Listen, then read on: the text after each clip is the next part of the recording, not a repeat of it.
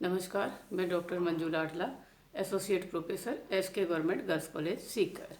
आज का हमारा टॉपिक है जापान के नागरिकों के मौलिक अधिकार। जापान का संविधान अपन ने शुरू किया हुआ है। पिछली क्लास में अपन ने जापान के संविधान की विशेषताएं देखी थी और आज अपन देखते हैं वहाँ के नागरिकों को जो मौलिक अधिकार और वो कर्तव्य निर्धारित है उनके बारे में चर्चा करते हैं। जापान के नागरिकों को जो मौलिक अधिकार मिले हुए हैं उनको 10 पार्ट में डिवाइड किया है हमने। सबसे पहला अधिकार है समानता का अधिकार। संविधान के अध्याय 3 में नागरिकों के जो अधिकार दिए हुए हैं और कर्तव्य निर्धारित किए गए हैं उनमें से सबसे पहला अधिकार है समानता का अधिकार। समानता के अधिकार के अंतर्गत जो मुख्य बातें हैं वो इस तरह से है। कानून के समक्ष समानता, अर्थात सभी व्यक्ति कानून की दृष्टि में समान है। रंग, जाति, लिंग, पारिवारिक विशेषता या सामाजिक स्तर के आधार पर सामाजिक, राजनीतिक, आर्थिक जीवन में कोई भेदभाव नहीं किया जाएगा। अर्थात सभी व्यक्ति समान हैं कानून की दृष्टि में। सभी व्यक्तियों को रंग, जाति, लिंग के आधार पर कोई भेदभाव नहीं किया जाएगा। इसी तरह वहाँ पर ये व्यवस्था है कि वंशानुगत आधार पर कोई भी सम्मान, कोई भी पुरस्कार, कोई भी राज चिन्ह प्रदान नहीं किए जाएंगे। इसी तरह लिंग की समानता का अधिकार भी वहाँ पर दिया गया है। पति पत्नी की समानता का अधिकार है, विवाह के संबंध में, उत्तराधिकार के संबंध में, इस तरह की चीज़ों में। तो समानता के अधिकार के अंतर्गत कानून के समक्ष समानता का अधिकार है। रंग, जाति, लिंग या इस आधार पर कोई भेदभाव नहीं किया जाएगा। वंशानुगत आधार पर कोई सम्मान, कोई पुरस्कार, कोई पदक नहीं दिए जाएंगे और लिंग की समानता का अधिकार दिया हुआ है। दूसरा जो प्रमुख अधिकार है वो है स्वतंत्रता का अधिकार। स्वतंत्रता के अधिकार के अंतर्गत सबसे मेन बात है विचारों की स्वतंत्रता या विचारों की अभिव्यक्ति की स्वतंत्रता। व्यक्ति कोई भी समुदाय बना सकता है, कोई भी संगठन बना सकता है, भाषण दे सकता है, प्रेस की स्वतंत्रता है, साथ ही सरकार की आलोचना करने का भी अधिकार उन्हें दिया हुआ है। तो व्यक्ति अपने विचारों को अभिव्यक्त कर सकता है, संघ बना सकता है, संगठन के माध्यम से कर सकता है, प्रेस के माध्यम से कर सकता है, सरकार की आलोचना कर सकता है। दूसरी जो मेन अधिकार वहाँ है वो है कि किसी भी व्यक्ति को विदेश जाने और विदेशी नागरिकता ग्रहण करने का अधिकार भी है। इसी तरह व्यवसाय के चयन का अधिकार है कि कोई भी व्यक्ति अपनी मनपसंद का व्यवसाय कर सकते हैं। इसी तरह किसी भी देश के किसी भी भाग में बसने या निवास करने का अधिकार भी इस अधिकार के तहत मिला हुआ है। किसी भी व्यक्ति को उसके जीवन तथा उसकी स्वतंत्रता से कानूनी प्रक्रिया के सिवाय किसी भी तरह से वंचित नहीं किया जा सकता। इसी तरह जो अभियुक्त है, जो दोषी हैं, जो अपराधी हैं, उनके भी अधिकार वहाँ संविधान के माध्यम से दिए गए हैं। जैसे अभियुक्त को न्याय प्राप्त करने का अधिकार होता है, अभियुक्त को गवाहों से जिरह करने और वकील की सहायता प्राप्त करने का अधिकार होता है।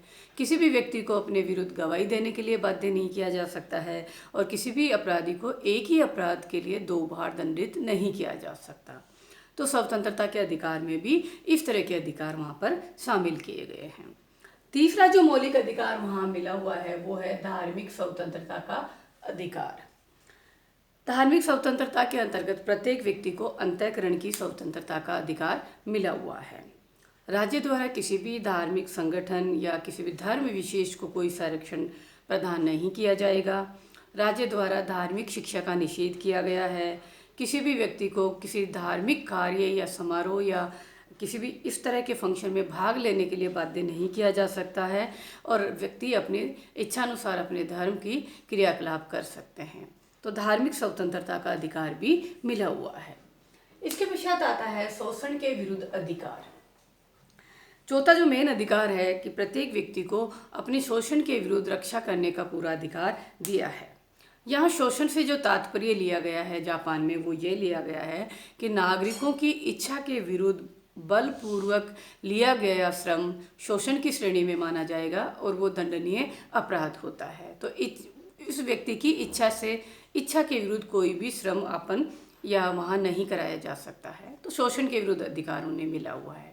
इसी तरह दास प्रथा का निषेध संविधान के माध्यम से ही किया गया है और बच्चों के शोषण पर भी प्रतिबंध लगाया हुआ है। तो शोषण के विरुद्ध अधिकार के अंतर्गत ये चीज़ें शामिल की गई हैं। फिर आता है शिक्षा प्राप्त करने का अधिकार। देखिए, शिक्षा प्राप्त करने का जो अधिकार है वो अधिकार भी है और कर्तव्य भी है। प्रत्येक व्यक्ति का अधिकार है कि उसे शिक्षा प्राप्त होए, साथ ही उसका कर्तव्य भी है कि वो शिक्षा ग्रहण करे। वहाँ पर जो प्राइमरी शिक्षा है, जो अनिवार्य शिक्षा है, वो मुफ्त है, इसलिए सभी व्यक्तियों को समान रूप से दी जाती है। और हायर एजुकेशन भी व्यक्ति बिना किसी भेदभाव के ग्रहण कर सकता है। फिर आता है न्यूनतम जीवन स्तर का अधिकार। प्रत्येक व्यक्ति को सामाजिक सांस्कृतिक जीवन के न्यूनतम स्तर को बनाए रखने का अधिकार है। साथ ही वहाँ पर इसका राज्य का एक कर्तव्य भी निर्धारित किया गया है कि राज्य जो है समाज कल्याण, सामाजिक सुरक्षा और स्वास्थ्य की उत्तरोत्तर प्रगति के लिए कानून बनाएगा, उनकी व्यवस्था करेगा। तो प्रत्येक व्यक्ति अपने सांस्कृतिक जीवन स्तर को बनाए रखने का अधिकार रखता है। फिर आता है संपत्ति का अधिकार। लोगों को संपत्ति रखने का अनुउल्लंघनीय अधिकार वहाँ पर मिला हुआ है, लेकिन राज्य जो है सार्वजनिक कल्याण हेतु संपत्ति की सीमा निर्धारित कर सकता है, जनता पर टैक्स लगा सकता है, और सार्वजनिक उद्देश्य के लिए अगर राज्य किसी की संपत्ति लेता है तो उचित मुआवजा दिया जाएगा। तो संपत्ति रख सकता है, संपत्ति का अनुउल्लंघनीय अधिकार है, लेकिन राज्य ऐसा कर सकता है, सीमा निर्धारित कर सकता है, टैक्स लगा सकता है, सार्वजनिक उद्देश्य के लिए किसी की संपत्ति ले सकता है, लेकिन उचित मुआवजा दिया जाएगा। फिर आता है आर्थिक अधिकार। देखिए, स्विट्जरलैंड में न केवल राजनीतिक सामाजिक अधिकार दिए हैं, बल्कि आर्थिक अधिकार भी दिया गया है। आर्थिक अधिकार में सबसे मेन इम्पोर्टेंट अधिकार वहाँ पर है काम पाने का अधिकार। ये अधिकार के रूप में दिया है कि प्रत्येक व्यक्ति को काम मिले। साथ ही काम पाने का जो अधिकार है वो कर्तव्य भी निर्धारित किया गया है कि व्यक्ति का ये कर्तव्य है कि वो कार्य भी करे भी। तो काम पाने का अधिकार मिला हुआ आर्थिक अधिकारों में। इसी तरह काम के घंटे, उनकी मजदूरी और विश्राम, ये भी कानूनन निर्धारित होता है। जो कानूनन निर्धारित होगा वो उस श्रमिक को मिलेगा। और साथ ही जो है श्रमिक संघों को भी मान्यता दी गई है कि जो श्रमिक वर्ग है अपने हितों की रक्षा के लिए श्रमिक संगठन बना सकते हैं और अपने हितों के लिए आवाज़ उठा सकते हैं। इसके पश्चात आता है राजनीतिक अधिकार। राजनीतिक अधिकार अर्थात इसके माध्यम से जो जनता है वो राजनीति में भाग लेती है। राजनीतिक अधिकारों में जो मेन अधिकार है वो है मताधिकार का अधिकार, अर्थात वोट देने का अधिकार। जनता इसके माध्यम से अपने प्रतिनिधियों को चुनती है, राजनीति में भाग लेती है और राजनीति से जुड़ती है। तो वैश्विक मताधिकार का अधिकार दिया हुआ है। दूसरा है कि सार्वजनिक पदों पर चुनने और अपदस्थ करने का अधिकार मिला हुआ है कि कोई भी व्यक्ति सार्वजनिक पदों पर चुनाव लड़ सकता है, सरकार में जा सकता है, तो उम्मीदवार बन सकता है। वोट देने का उसे अधिकार है, सरकार को चुनने का अधिकार है। इसके अलावा याचिका भेजने का अधिकार है, प्रार्थना पत्र लगा सकता है। देखिए, प्रार्थना पत्र में बहुत सारी चीज़ों के बारे में है कि अपनी हानि की पूर्ति करवाने के लिए कोई प्रार्थना पत्र लगा सकता है। सार्वजनिक अधिकारी जो पथभ्रष्ट है, दोषी है, उनके हटाने के बारे में याचिका लगा सकता है। किसी भी कानून, किसी भी अध्यादेश को बदलाने या उसका अंत करने, परिवर्तन करने के लिए याचिका लगा सकता है। तो इस तरह एक प्रार्थना पत्र देने का भी अधिकार है, सरकार की आलोचना करने का अधिकार भी है, वोट देने का अधिकार भी है, और स्वयं भी चुनाव में खड़ा हो सकता है। ये भी अधिकार मिला हुआ है। इसके अलावा कुछ अन्य अधिकार भी हैं, जैसे और भी अधिकार हैं, जैसे फॉर एग्जाम्पल न्यायालय में शरण लेने का अधिकार है। अर्थात प्रत्येक व्यक्ति का ये अधिकार है कि वो न्यायालय में शरण ले सकता है अगर उसके साथ कुछ गलत होता है। इसी तरह ये भी अधिकार है वहाँ पर कि राजकीय अधिकारी अगर जनता को सताते हैं या जनता का कोई हानि करते हैं तो उसके विरुद्ध भी अधिकार मिला हुआ है। कोर्ट में शरण ले सकता है, उसके विरुद्ध प्रार्थना पत्र लगा सकता है और अपने जो हानि हुई है उसकी पूर्ति करवा सकता है। इसी तरह निरपराध व्यक्ति को बंदी बनाए जाने के विरुद्ध भी अधिकार मिला हुआ है। इसके अलावा नहीं बहुत सारे अधिकार हैं जो यत्र कहीं बिखरे हुए भी संविधान के रूप में मिले हुए हैं।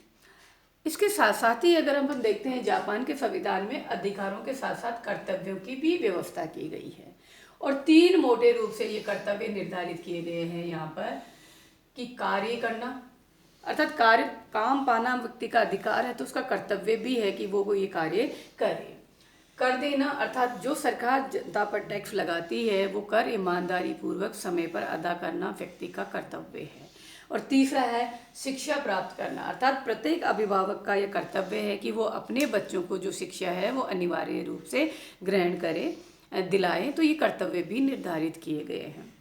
इस तरह जो जापान का संविधान है उसमें संविधान के द्वारा जो मौलिक अधिकार प्रदान किए गए हैं वो अन्य देशों की तुलना में बहुत अधिक व्यापक है। जापान में नागरिकों को न केवल राजनीतिक सामाजिक अधिकार दिए गए हैं बल्कि आर्थिक अधिकार भी वहाँ प्रदान किए गए हैं। परोक्ष रूप से न्यायालय को मौलिक अधिकारों का रक्षक भी बनाया गया है। साथ ही शासन द्वारा मौलिक अधिकारों का उल्लंघन नहीं किए जाने के लिए भी बाध्य किया गया है। इस तरह ये जो मौलिक अधिकार है जापान के संविधान की एक अमूल्य योगदान है जनता के लिए। धन्यवाद।